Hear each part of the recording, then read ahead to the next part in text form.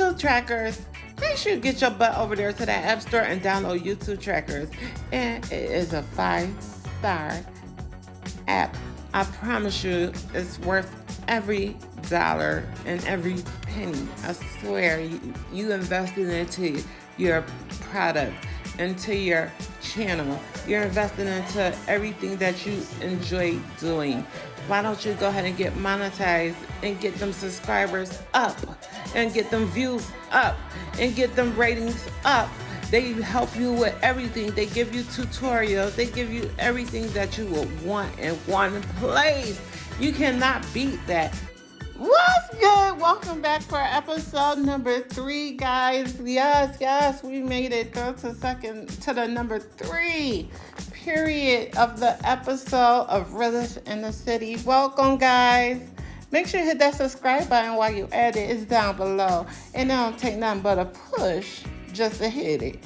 Okay, you see, and push that notification bell and make sure it's on so you can get every upload. Because Realist in the City is back again. And it's Pink Hair for Breast Cancer Awareness Month next month. So I'm going to have my pink hair on until then. But anyways, yes, I wanted to come and talk to some of you guys. Come and talk to the girls, especially to the girls. Okay, so let's talk about this. Okay, so transitioning from male to female has been a journey. It's a journey for anybody. Some people start young, some people start later in life. Like we see a lot of people that start early. We see that all the things that they have to offer now is different from what was offered back in the days. Like back in the days, we didn't have all these things that we could get. Like, you can get your SRS right now on your insurance. Like, you can't beat that, period. Like, and then you could get your facial film. You could get all types of things. But back in the days, you couldn't get those things. And those things wasn't available. But I'm so happy those things are available. That's why I say take your time in your transition. Trust the process. And take your time in your transition. Invest into your transition. And even if you started late, it doesn't matter if you started late or not.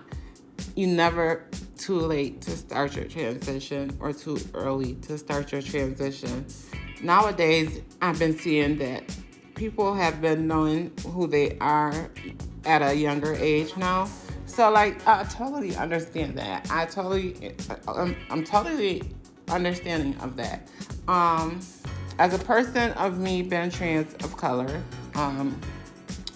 it's not been the easiest thing to do, but it was something I had to think about. Mind you, if you watch my last video, you'll know what age I started from, and then I stopped, and then I started back. And if you want to catch that part, go watch the episode 2. Get over there. And make sure you watch that too. And make sure you put that thumbs up and like the video, letting me know that you like it. And also leave comments if you have questions. But back then, people didn't have all these necessities and tools and doctors that actually took the time to invest. Like, you could even now get your silicone scraped out of you. Like, you could actually get the silicone that you had put into your body removed. Anybody that took that route, no judgments on here. I'm not going to be biased to anyone who took silicone as a route because it was the only thing that was available during that time. And in the 90s and coming to the early 2000s, that's what was available. And if you was getting breast implants, you was spending a lot of money just to get breast implants. And if you had your SRS, you was spending over $20,000. That's a lot of money. Like, you had to be on your hustle to get your transition that far.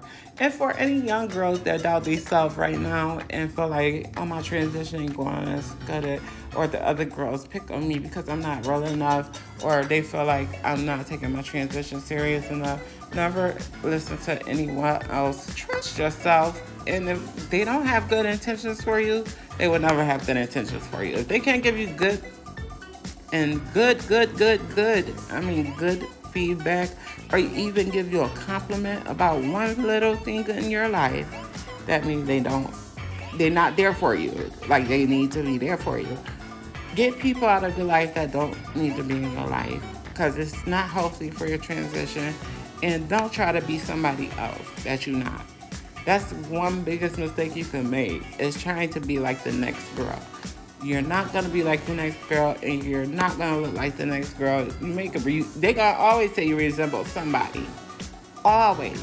But always try to be yourself and be true to yourself, because that's what it's about, being true to yourself, and especially to my younger audience also, because I want to reach you guys too. I see a lot of y'all done found yourselves, and y'all wondering like, what do I need to do next? Like, first consult with a therapist. Get you a therapist. Make sure you get you a therapist, because this could be something that be a life-changing thing in your life, and you don't want to make a decision in your life that you're not ready for. And number two, get a doctor.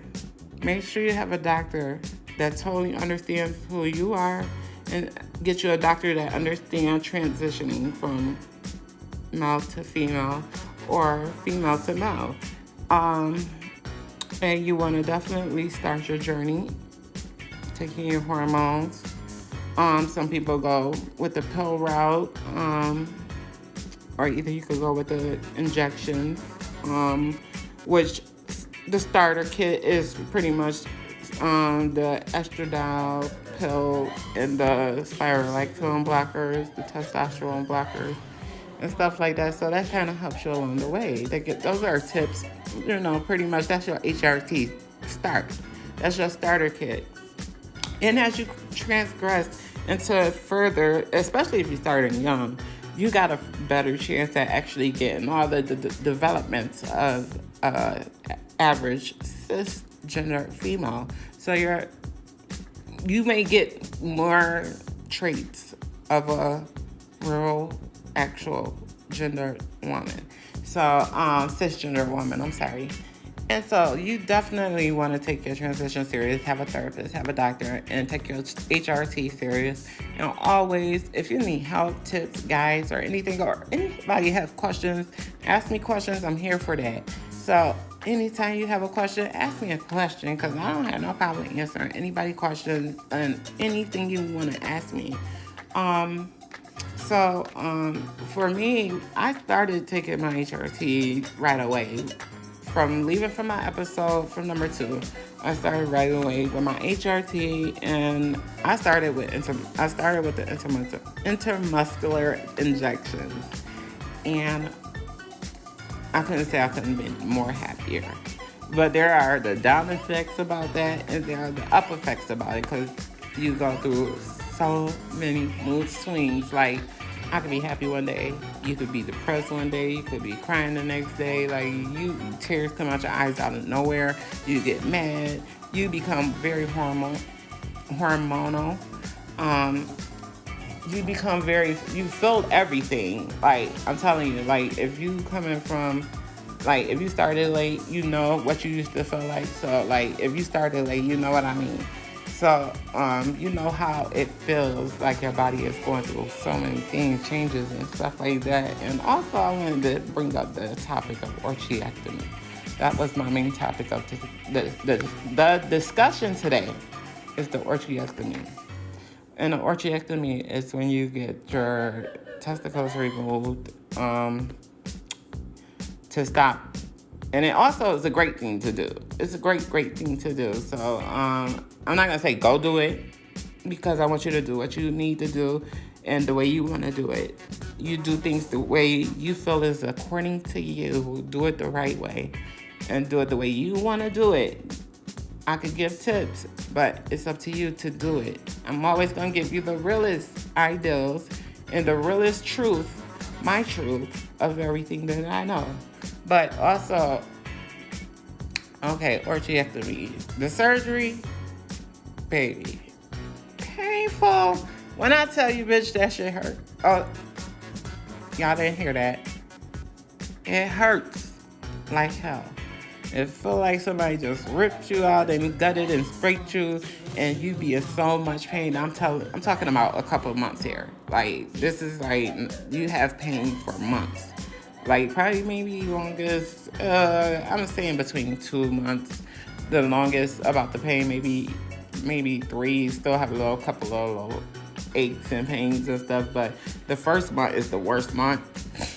And yeah, so that's pretty much on that. And that's they basically taking out their you know, I don't know the word to use because I don't want to use the wrong word, and then they think I'm using the wrong words. But you know what? I think everyone who know what HRT and Orchiectomy means, they basically taking out your testosterone. I'm gonna say that.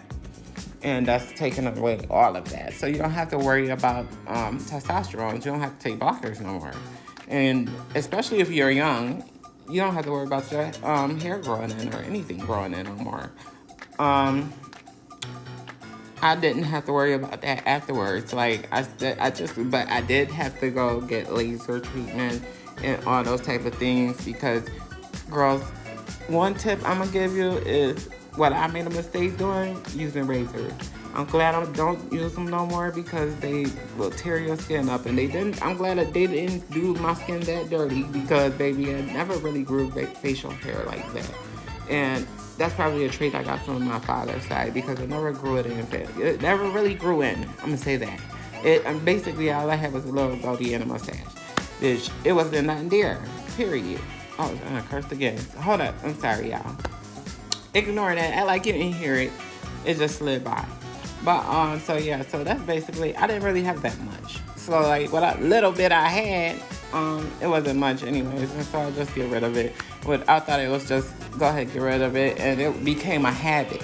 You don't want to make it a habit. Go get that laser treatment, and also you could go on Groupon. They have so many options of laser treatments in your local area, wherever your local area is, wherever you live, wherever you located. Look for look for a facility closest to you, and make sure it depends on your ethnicity, on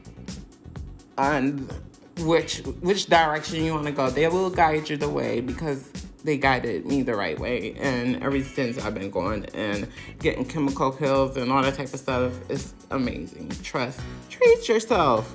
Definitely treat yourself. It's very expensive, but at the same time, it's worth it because this is your transition. You want to take your transition serious. You want everyone to take your transition serious. You want to be, if you don't get any message out of this, don't become depressed. If you need somebody to talk to, reach out to somebody that understands. Don't never get depressed. Reach out, have that one friend that you can reach out to and talk to about anything.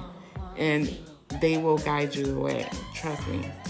And if they for you, they will definitely guide you the way.